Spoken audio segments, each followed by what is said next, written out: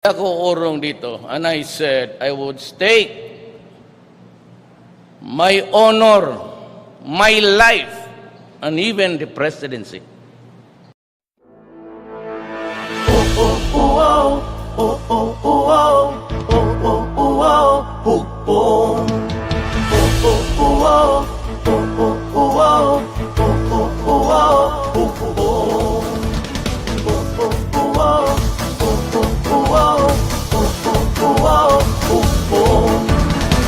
Hukong ng pagbabago, hukong ng pagbabago, pag-asenso, hukong ng pagbabago, pamanaon, hukong ng pagbabago, katawan ang nasayo.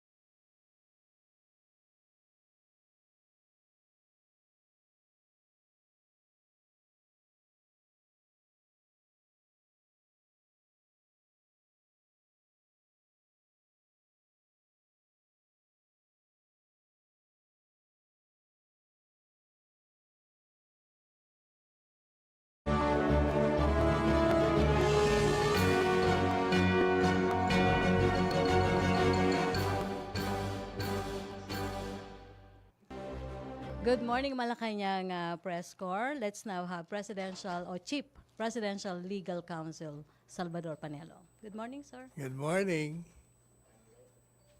MPC members, MPC question. I'm ready if you are with your questions. Rose Novenario. Microphone, please. Sir, good morning. Sir, ano na po yung update dun sa yung di ba may nilabas si Presidente na Before that nga drug matrix? Before that, I might forget eh. I'd like to thank Governor Dodo Mandanas of Batangas for entertaining us. Happy birthday again. I must commend the Batangas officials. I've never seen such a very clean city. Just like Davao City, napakalinis, hanga-hanga kami. Pati mga sidewalk, ubod na linis, pati doon sa outskirts, napakalinis. Ang galing ng mga opisyal dyan sa Batangas. And the Kapitolyo of Governor Dodo, imposing, beautiful, laki, maganda. Kaya pala labito ng mga tao dyan. Thank you. Hi, sir. Good morning. Sir, ano na po nangyari? I was with, by the way, I was with Executive Secretary Bingbong Medaldea. Yes. Now, shoot. Game na. Game. Over. Sir, ano na nangyari dun sa dun sa inimbestigahan ng NBI tungkol sa pagkakasangkot ni Superintendent Eduardo Asierto sa drugs? Di ba naglabas noong October last year si Presidente ng drug matrix? Nakasama si Asierto, si Fajardo, et al. Ano po nangyari dun sa investigation I think that should be after addressed to 6 the months? NBI director. What happened to their investigation? Kasi I've not received any report on that. Kasi after 5 months, siya pa ngayon yung parang nasa propaganda offensive against the government. Samantalang noong October, siya yung ibinulgar na sangkot sa drugs. Tapos ngayon, parang baliktad yung sitwasyon. Siya yung nag-aakusa ngayon sa isang malapit sa presidente. But his accusation has been, I think, expressed earlier on. In fact, he did not attend a House probe.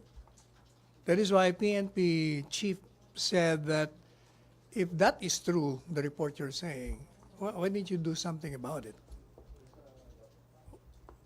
So ibig sabihin, sir, yung sa kanya, yung pagkakasangkot niya sa drugs, yung accusation sa kanya ng presidente, ano nangyari doon? Ngayon siya na yung nag-aakusa eh. Let's ask the NBI kung ano nangyari sa kanila.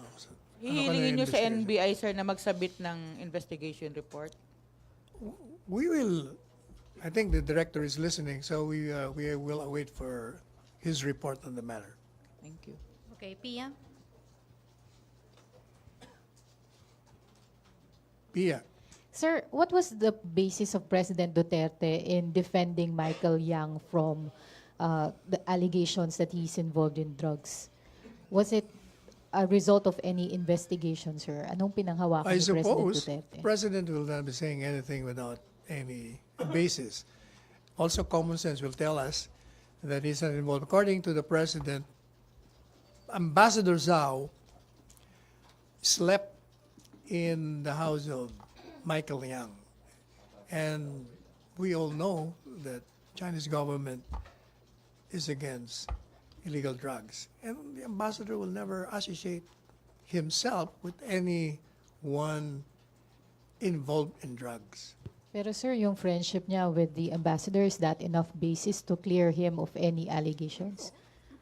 Hindi lang friendship. The fact alone that you're an ambassador of China and your government is against illegal drug industry, how can you be associating yourself with somebody you know to be involved in drugs? Obviously, talagang hindi siya involved. Bakit naman siya magkikisama doon? Pero sir, is the palace aware of any investigation done on the allegations against Michael Yang na nangyari, sir? I suppose the president will not say anything without any basis. So he has his own Of information. course.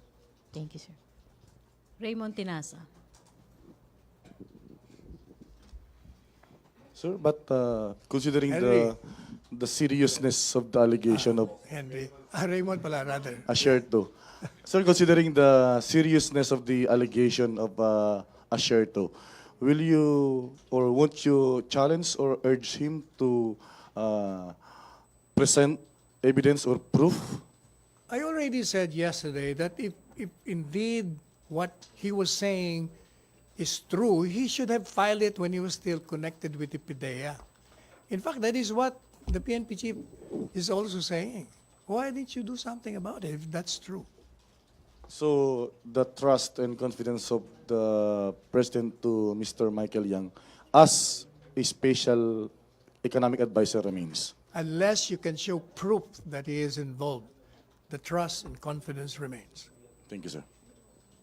Rosa Dicos and then Tina Mendez. Secretary, Yes. ayon po kay Asherto, meron po siyang sinubmit na report sa Malacañang, sa dating PNP Chief De La Rosa, as well as sa Senate. Can you confirm this po? Kung nakatanggap nga ng... I have no personal knowledge of that, whether they have received that. You have to ask PNP chief, the NBI, the PIDEA. Pero kabilang po ang palasyo sa sinasabing nakatanggap ng report. Galing kay Asherto na nagsasabi po na involved sa drugs itong si Michael Yang. To whom did he give the report? When? He said it was given to the palace, Yeah, palace. Who in the palace received it? ES, Executive He said Secretary yes. Medialdea. I will ask the executive secretary if he did receive one. Pero sir, how about the allegation na kung may natanggap man ng palasyo ay isinasantabi yun ng Pangulo dahil nga po sa association kay Michael Yang ng presidente? Let me repeat what I have repeatedly said previously. This president will not tolerate anyone, regardless of the stature or relationship with him, if he is involved in drugs. He will never allow it. He's against it. Sir, ang Malacañang po ba ay kilala rin ng mainam si Michael Yang? Ano yan? Ano yan? Kilala nyo rin po ba ng mainam yung background niya as Kung- Chinese businessman? Sino? Si Michael Yang po. Kung kilala nino. Kayo po, ang Palace. Ako, no, I don't know him personally. I just know him that he's from Davao and a businessman. How about the president?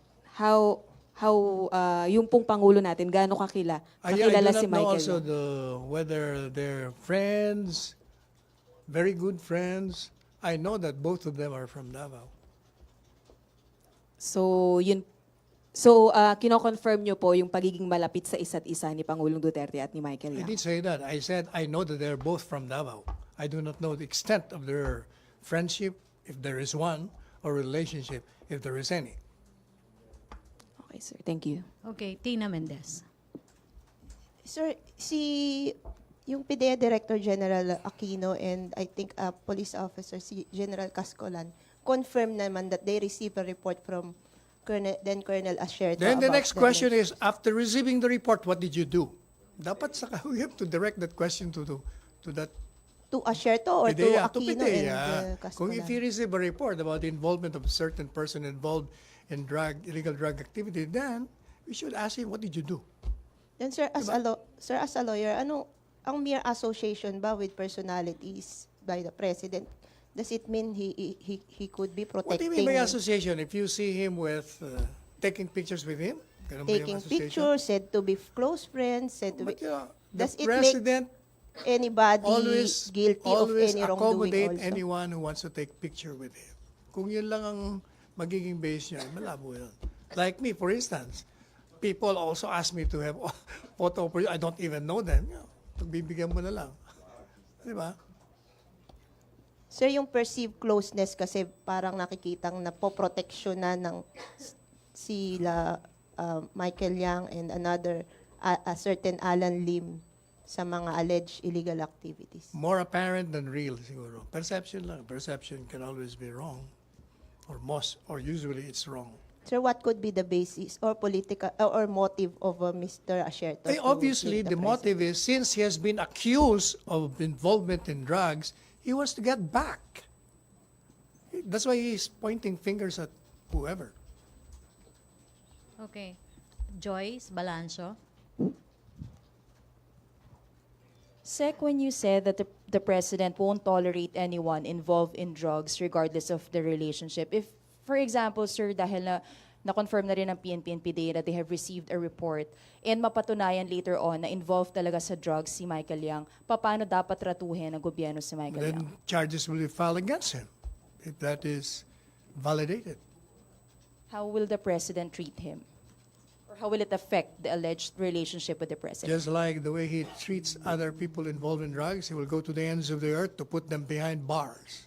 If they resist, under the law, the police officers whose lives are in danger can use violence, lethal violence. Okay, MPC, questions? Other issue? RJ. On Michael Yang, sir. RJ, Michael Yang again. Yes. Why did the president choose Michael Yang to be his economic I advisor? will ask him. What qualifications does he have? I will ask him. Does not entail close relationship with the president? I will ask the president the basis of his appointment. Michael Yang has been there for quite some time as his economic advisor. That's why I'll ask him nga. All right. So you have never. And then I'll share it with you. Okay. Still on Michael Yang. Christine. Sir, you said that probably Asherto wanted to get back because he was accused, he was being linked to illegal drugs. So is the palace taking his accusation seriously, sir? I think the burden would fall on the law enforcement agencies. If they receive reports on alleged activities of a particular person, then they should do something about it. How is the palace treating his allegations, sir? We're waiting for the validation of any allegation of involvement. RJ. You are also an advisor for the president, right, sir? When my advice is sought, yes. Yes. You were chosen as a legal advisor for the president. Intel? No. Yourself. It's a legal advisor. Yeah. So how were you chosen by the president? Well, let's ask him why. I do not know. Is it not because of friendship? No, I was his lawyer. Mhm. That could be the reason. I lawyered for him and for his daughter. Okay, thank you. Okay, MPC questions? Pia.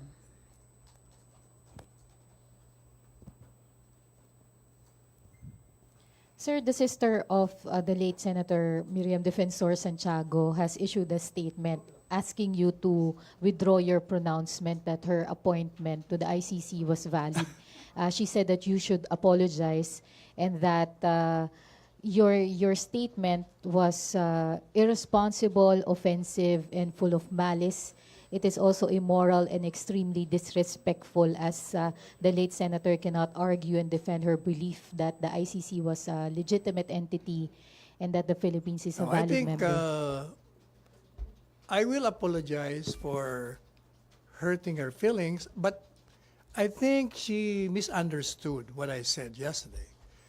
What I said, if the theory is that we never were under the jurisdiction of the ICC, it goes without saying, as logic, then any appointment to the International Court would be void, if that is the theory. Now, you ask, why was she appointed? Because the theory then was we were under the jurisdiction of the ICC. Then you ask me, why is Justice Pangalanan still there? I don't know. The ICC may have allowed him to stay. But if the theory is we never were under the jurisdiction of the ICC, then the logic will tell you that anything in connection with that will be void, any appointment to the body. So in short, sir, you will not apologize and you will not That's take back why your I'm statement. apologizing for hurting her, but I think the concern and the hurt is misplaced. Thank you, sir. I am an admirer and a friend of the late Miriam Defensor Santiago. Okay, Ace. Pero, di ba, Sec, ang stand ng Palace is the Philippines was never Correct. under the jurisdiction of the ICC. So, given that, categorical, void po ba yung appointment ni Miriam? That would be the logical consequence of the theory. So, it's yes. Ano pa bang magiging result nun? Kung walang jurisdiction from the very start. So, Di ba? apparently, hindi niya na-misunderstand yung iyong statement kasi yun naman ang kinagagalit nung kapatid nung late Kaya nga, senator. that's why we're saying na she misunderstood.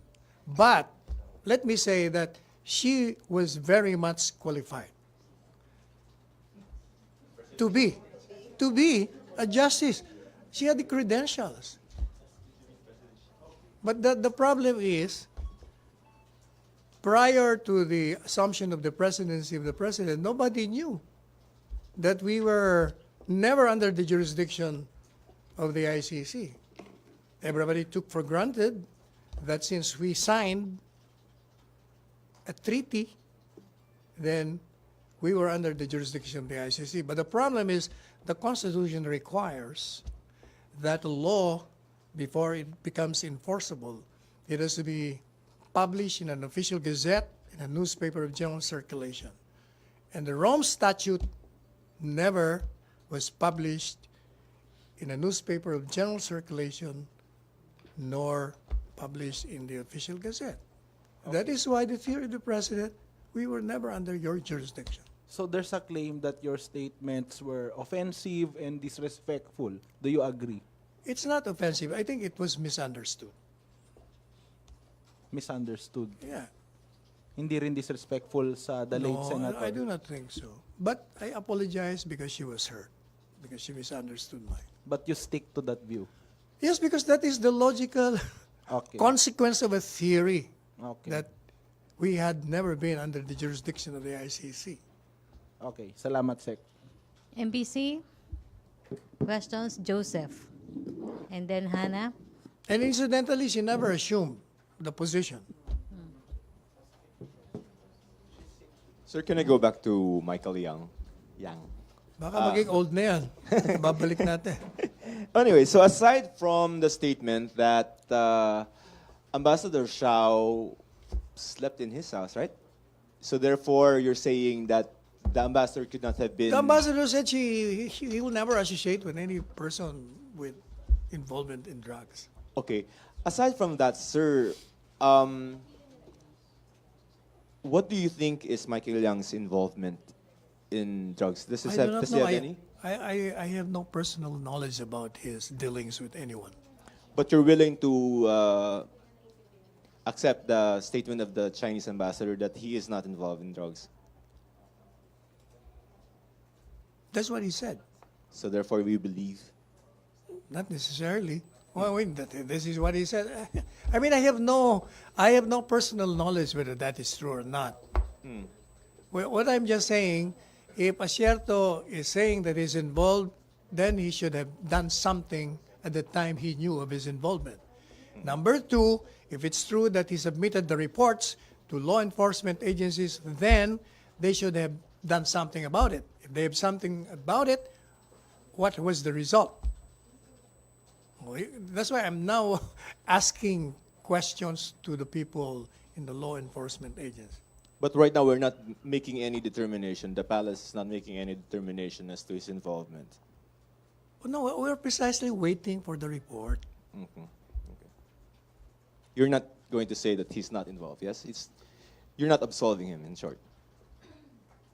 There is an allegation, and let the allegation be processed, investigated, and if there is a validation, then the palace will make a move. Okay, sir, thanks. Okay, Hannah? Hi, sir. Good morning. Morning. Sir, sabi ng PIDEA may 31 celebrities po daw na involved po sa illegal drugs.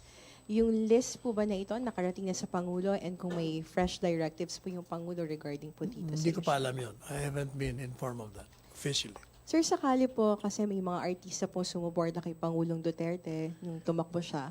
Ano po sa tingin mo ang maging move ng Pangulo kung masasangkot po yung mga artista na sumuporta sa kanya nakarang election po, kung may involvement po sila sa drugs or kasama sila sa talaan po? Ganun pa rin. He will be thankful for the help, but he will not tolerate their involvement. MPC questions? No more? Rose? No more? Hannah, sige. Sir, malapit na po yung birthday ng Pangulo. Ano po yung plano ng Pangulo Duterte sa birthday po? The same celebration. He stays in the house and with the family. Oh, by the way, who's from ABS-CBN here?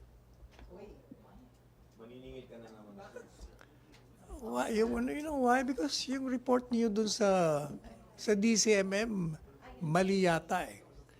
Kasi they highlighted yung sinabi ko, yung may magagawa ba tayo? Hindi nila nilalagay hindi nila sinunod yung, what do you want? Declare war? What we can do is to protest. And my final statement is, we will not allow fishermen to be harassed in that area. Pero yung dalawang komentarista nyo ron, binabanatan ako at sinabi ko ron na walang magagawa. Imagine, nag-aabogado daw ako sa kung hindi ba naman. Pero sa ANC, in fairness, ANC, kompleto. Sinabi lahat yung sinabi ko. Siguro ikaw nag-report, kaya yun ang i-highlight. Baka na. Sino nagbigay? Hinighlight, yun ang imagine. Kaya tinext ko yung dalawa. Sabi ko, your problem is you're not reading the entire transcript. Kasi klarong-klaro yung transcript eh. Another thing pala, one more thing. The statement of Justice Carpio. According to him, if the Philippines defaults in payment, then pwedeng makuha yung Reed Bank. Now, Reed Bank is public property. Sa gobyerno yan, di ba? And under the Constitution, pag inalienable property, this is public property, hindi pa pwedeng ibigay yun. Hindi pwedeng ibenta. Pwede mo lang i-lease. Kung patrimonial property. Magiging patrimonial property lang ang isang public property kung merong enabling law saying that pwede yan or may proclamation ng presidente. So, hindi pa pwede yung sinasabi niya. Kasi wala namang deklarasyon na yung RIP Bank is patrimonial property. Number two, that is his ruling in Chavez versus Public States Authority and Amari. Under GR number 133, 250 July 9, 2002, siya mismo, it's Justice Carpio saying that you cannot just convert public property to a patrimonial property. So hindi mangyayari yun. Apart from, we never renege. As I said yesterday, we owe, how much? $2.6 billion sa Bataan Nuclear Plant, which we never used, and yet we paid that for 26 years. 26 years ba? Or 30 years. Eh, ito pa, 62 million na gagamitin natin. Chico Dam.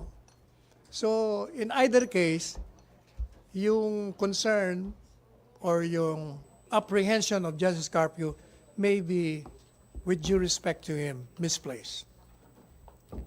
On account of the constitutional provision as well as in lieu of his own ruling in that particular case I cited. Okay, Joseph. Can I pick up on your point, sir? Right now, there's no law, there's no presidential proclamation declaring that Reed Bank is patrimonial asset, yes? Yes. All right. We've signed a deal with China last year. Can we later on in the future declare what's a presidential proclamation? Halimbawa, that's going to be easy, right? I mean, if need be, if kailangan siya. Una-una, you will not do that. Because? Bakit yung gagawin? What will be your purpose in declaring that? To satisfy the provision in the contract. What do you mean to satisfy? So for example, Una-una, hindi tayo magdi-default. Another thing nga pala, before I forget. Dami na They're saying, critics are saying that arbitration, di ba? Arbitration comes in and it's one-sided because two of them are members of China. But they're forgetting that under the contract, I read the contract, before you go to arbitration, you have to go to the process of negotiation. Mag-usap muna kayo. If that fails, that's the time you go to arbitration. And assuming that China wins in the arbitration, it cannot be implemented under the contract, under the loan agreement. It has to pass through our courts first. Kailangan may validation ng court natin before that can be enforced. Sir, going back to my question, so for example, so nasign na natin siya last year, and then can the president declare the Reed Bank as a patrimonial asset? Maybe within the 3 years. Sabi ko na nga, he will not do that. He will not. What will he do? Why will he do that? If China asks for it? In the first place, the loan agreement has been signed. There is nothing more to add. Di ba? Okay. Okay, Ace. Balikan ko lang yung celebrities sa narco list sec, no? So there are at least 31 celebrities in the list daw. So Sino? how is Malacañang taking this? Sino? Yung at least 31 celebrities daw na nasa narco list. How is Malacañang taking Ganun pa rin. this? Di ba sinagot ko na yun kanina? No. Ano yung initial reaction nyo considering that the celebrities are very We're popular? saddened that these people are involved. But we will never tolerate it. Do we expect the filing of charges against these If they celebrities? have sufficient evidence to back them up in court, then they should. Okay. Ngayon, yung And they must. the Duterte administration has been waging a shame campaign against personalities involved in drugs. Do we expect the release of the names of these celebrities? I will ask DILG. Was it DILG or PIDEA? PIDEA. I think the PIDEA will have to get permission from the president before they can do that. So, is Malacañang in favor o pag-aralan muna yung release ng names? I will ask him his position, and then Okay. I will issue a statement. Thank you, Sec. Okay, MPC, may tanong pa kayo? Okay. Okay, thank you, Rose. Okay, thank you, MPC. Thank you, Chief Presidential you. Legal Counsel Salvador Panelo. Back to our main studio sa Radyo Pilipinas and People's Television Network.